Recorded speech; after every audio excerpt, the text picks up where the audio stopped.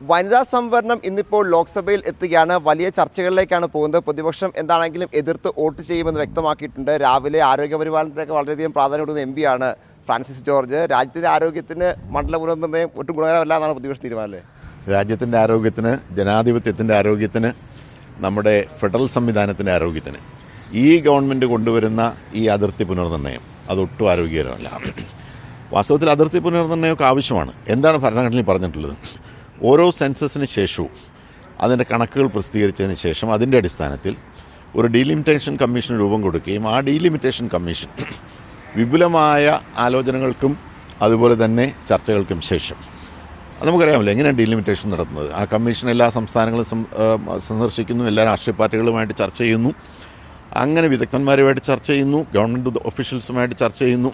അങ്ങനെ എല്ലാ തരത്തിലുള്ള ചർച്ചകൾക്കും ആലോചനകൾക്കും ശേഷമാണ് രാജ്യത്ത് നിയമസഭാ മണ്ഡലങ്ങളുടെ അതിർത്തി പുനർനിർണ്ണയിക്കുന്നു. അതിൻ്റെ അടിസ്ഥാനത്തിൽ ലോക്സഭാ മണ്ഡലങ്ങളും എല്ലാം രൂപീകരിക്കപ്പെടുന്നത്.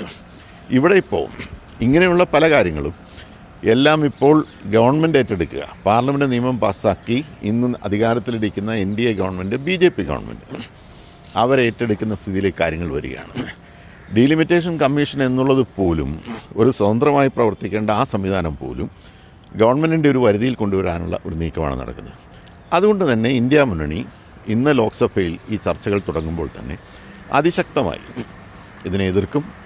ഭരണഘടന ഭേദഗതി എന്ന് പറയുമ്പോൾ 2/3 ഭൂരിപക്ഷം വേണം. ആ 2/3 ഭൂരിപക്ഷം ഈ ഭരണഘടനാ ഭേദഗതിക്ക് ലഭിക്കാതെ ഈ ഭരണഘടനാ ഭേദഗതിയെ പരാജയപ്പെടുത്താനുള്ള എല്ലാ പരിശ്രമങ്ങളും നടത്തും. ഈ 50% ഇത് എല്ലായിടത്തും നൽകിക്കൊണ്ട് ഒരു മാറ്റം കൊണ്ടുവരാൻ ശ്രമമൊക്കെ നടക്കുന്നുണ്ട്. അതിനെ അംഗീകരിക്കുന്നതാണ് തീരുമാനം. അതിനെ അംഗീകരിക്കാൻ, അതായത് ഈ 50% കേൾക്കുമ്പോൾ വളരെ ഭംഗിയാണ്.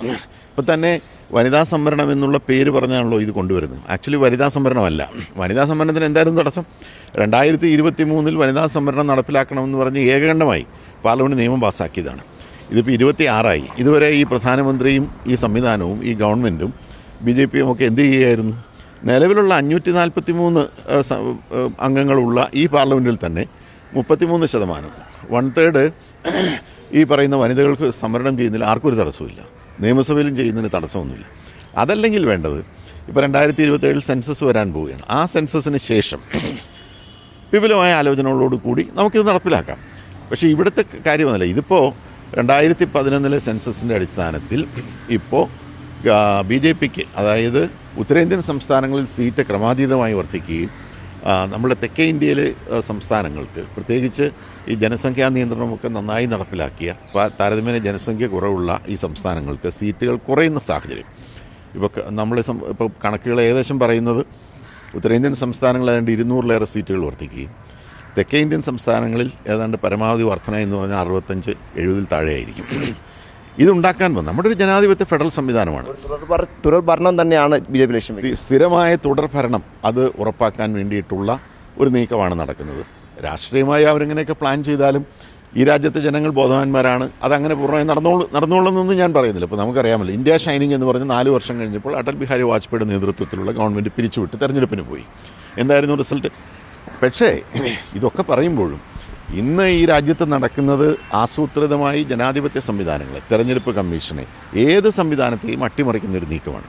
അപ്പോൾ ഈ രാജ്യത്ത് നല്ല രീതിയിൽ നടന്നു വരുന്ന ഈ പറയുന്ന നമ്മുടെ ജനാധിപത്യ സംവിധാനത്തിന് സുഗമമായ പോക്കിന് ആവശ്യമുള്ള ഈ ഒരു ഡീലിമിറ്റേഷൻ പ്രക്രിയ അതിനെപ്പോലും അട്ടിമറിക്കാൻ ശ്രമിക്കുകയാണ്.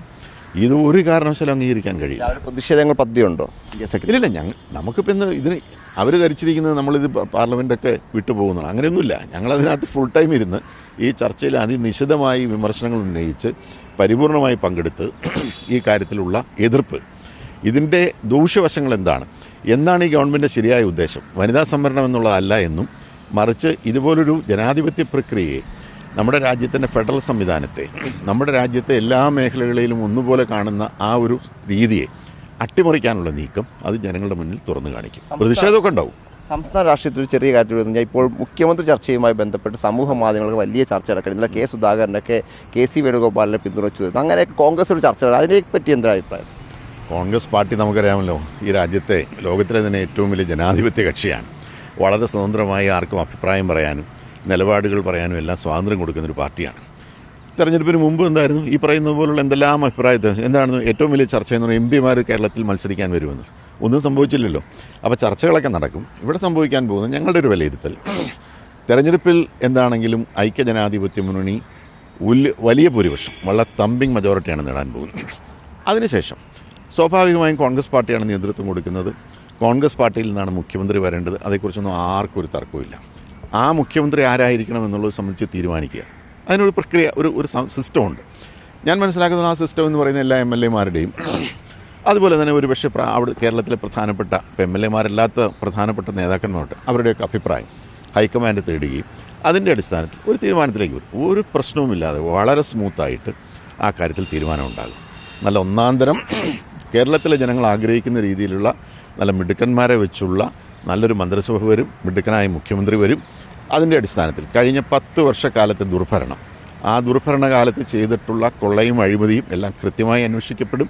തെറ്റ് ചെയ്തവരെ ആരെയും ഒരു കാരണവശാലും വിക്ടിമൈസ് ചെയ്യില്ല. പക്ഷേ തെറ്റ് ചെയ്തവരെ, അഴിമതി നടത്തിയവരെ, അവരാരായിരുന്നാലും എത്ര ഉന്നതരായിരുന്നാലും അവരെ നിയമത്തിന് മുന്നിൽ കൊണ്ടുവരും. ചില പേരുകൾ ഇപ്പോൾ ചർച്ചയിലാണ്. അതുകൊണ്ടാണ് ചോദിക്കുന്നത്. പ്രത്യേകിച്ച് KC വേണുഗോപാലിൻ്റെ പേര്, രമേശ് ചെന്നിത്തല, VD സതീശൻ, അങ്ങനെ പേരുകളൊക്കെ സമൂഹ മാധ്യമങ്ങളിൽ ഭയങ്കര എല്ലാവരും വളരെ മിടുക്കന്മാരും വളരെ കോമ്പീറ്റൻ്റ് ആയിട്ടുള്ള ആളുകളുമാണ്. നല്ല തഴക്കവും പഴക്കവുമുള്ള നല്ല പ്രവർത്തന പാരമ്പര്യമുള്ള എല്ലാവരും മതി.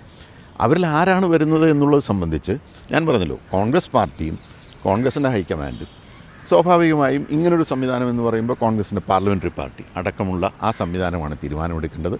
ആ തീരുമാനം നല്ല കേരളത്തിൻ്റെ ഭാവിക്ക്, കേരളത്തിന് വേണ്ടി, സംസ്ഥാനത്തിൻ്റെ ഗുണത്തിന് വേണ്ടി എടുക്കുന്ന ആ തീരുമാനം ഐക്യജനാധിപത്യ മുന്നണി ഒറ്റക്കെട്ടായി അംഗീകരിക്കും. ഇപ്പോഴത്തെ ചർച്ചകൾ അടിസ്ഥാനരഹിതമാണ്. ആ ചർച്ചകളിൽ അത് സ്വാഭാവികമായി അങ്ങനെയുള്ള കാര്യങ്ങളൊക്കെ വരും. അധികവും എന്താണെന്നറിയോ, ഇപ്പം ഇങ്ങനെ നിങ്ങളിന്ന് ആദ്യം രാവിലെ വന്ന് എന്നോടൊരു അഭിപ്രായം ചോദിച്ചു. എന്നോട് അഭിപ്രായം ചോദിക്കുമ്പോൾ നമ്മുടെ അഭിപ്രായം പറയും, അത്രയേ ഉള്ളൂ. അതിനപ്പുറം അതിനകത്ത് വലിയ ഒരു ഗൗരവം കൊടുക്കേണ്ട കാര്യമുണ്ട് എന്നെനിക്ക് തോന്നുന്നില്ല. ഇന്ന് സംസാരിക്കുന്നുണ്ട് MP പാർലമെൻറ്റിൽ എങ്ങനെയാണ്? തീർച്ചയായിട്ടും ഞങ്ങൾ എപ്പോഴാണ് അവസരം കിട്ടുക എന്നറിയില്ല. 16 മണിക്കൂർ എന്ന് പറയുന്നു, 18 മണിക്കൂർ എന്ന് പറയുന്നു. ഞങ്ങൾ ചെറിയ കക്ഷികൾക്ക്, ഞാനൊരു ഒറ്റ അംഗ കക്ഷിയാണ്, ഞങ്ങൾക്ക് പരമാവധി കിട്ടുന്നത് ഏതാനും മിനിറ്റുകൾ മാത്രമാണ്. ആ മിനിറ്റുകൾ സാധാരണ ഇതിലത് ഏറ്റവും ഒടുവിലാണ് വരാറ്. നമുക്കറിയില്ല ഇന്നത്തെ ഒരു സംവിധാനം എങ്ങനെയാണ് വരാൻ പോകുന്നത് അറിയില്ല. തീർച്ചയായിട്ടും സംസാരിക്കും.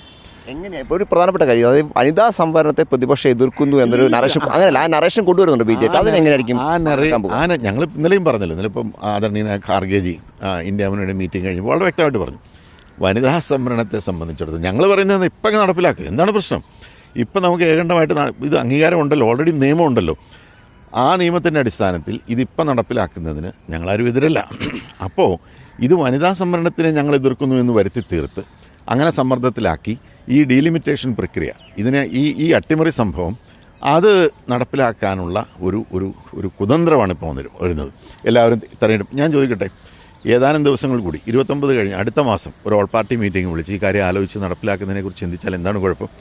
അപ്പോൾ തമിഴ്നാട്ടിലും ബംഗാളിലും ഈ തെരഞ്ഞെടുപ്പ് നടക്കാനിരിക്കെ പ്രതിപക്ഷം വനിതാ സംവരണത്തിനെതിരാണ് എന്ന് വരുത്തി തീർക്കാനുള്ള ഒരു ശ്രമമാണ് ഇവിടെ നടക്കുന്നത്. അതൊന്നും വിലപ്പോലെ. അതൊക്കെ ഞങ്ങൾ കൃത്യമായിട്ട് പറഞ്ഞിട്ടുണ്ട്. ഇന്നലത്തെ വിപുലമായ ചർച്ചകൾക്ക് ശേഷം സംയുക്തമായി പത്രസമ്മേളനം നടത്തി പറഞ്ഞിട്ടുണ്ട്. വനിതാ സംവരണത്തിന് ഇന്ത്യ മുന്നണി എതിരല്ല, ഏത് രീതിയിലും വനിതാ സംവരണം കൊണ്ടുവരണം എന്ന് പറയുന്നത് എന്നുള്ള നിലപാട് തന്നെയാണ് ഇന്ത്യ മുന്നണിക്ക്. പക്ഷേ ഈ ഒരു കുതന്ത്രം അത് വിലപ്പോവില്ല, അതിനെ ഞങ്ങൾ എതിർക്കും. എന്താണെങ്കിലും നേരത്തെ പറഞ്ഞ പോലെ വനിതാ സംവരണത്തെ എതിർക്കുന്നില്ല, മറിച്ച് മണ്ഡല പുനർനിർണ്ണയം അടക്കമുള്ള രാഷ്ട്രീയ നീക്കങ്ങളെ പൂർണ്ണമായി എതിർത്തുകൊണ്ടായിരിക്കും MP-മാർ സംസാരിക്കാൻ പോകുന്നത്. എന്നതാണെങ്കിലും സഭയിൽ ഈ ബില്ല് പാസ്സാവുക വളരെ ബുദ്ധിമുട്ടാണ്. കാരണം കൃത്യമായ ഭൂരിപക്ഷം സർക്കാരിനില്ലാത്ത സാഹചര്യമുണ്ട്. പ്രതിപക്ഷം എതിർത്ത് വോട്ട് ചെയ്യുന്ന പശ്ചാത്തലം കൂടിയുണ്ട്. അങ്ങനെയാണെങ്കിൽ വനിതാ സംവരണ ബില്ല് എന്ന് പറയുന്ന ഇപ്പോൾ കൊണ്ടുവന്നിരിക്കുന്ന ഈ 3 ബില്ലുകളും ലോക്സഭ കടക്കില്ല എന്നാണ് ഏറെക്കുറെ വ്യക്തമാകുന്നത്. വീഡിയോ നന്ദു പേരാമ്പ്രയ്ക്കൊപ്പം reporter Noble Marikkaran, in reporter, Delhi.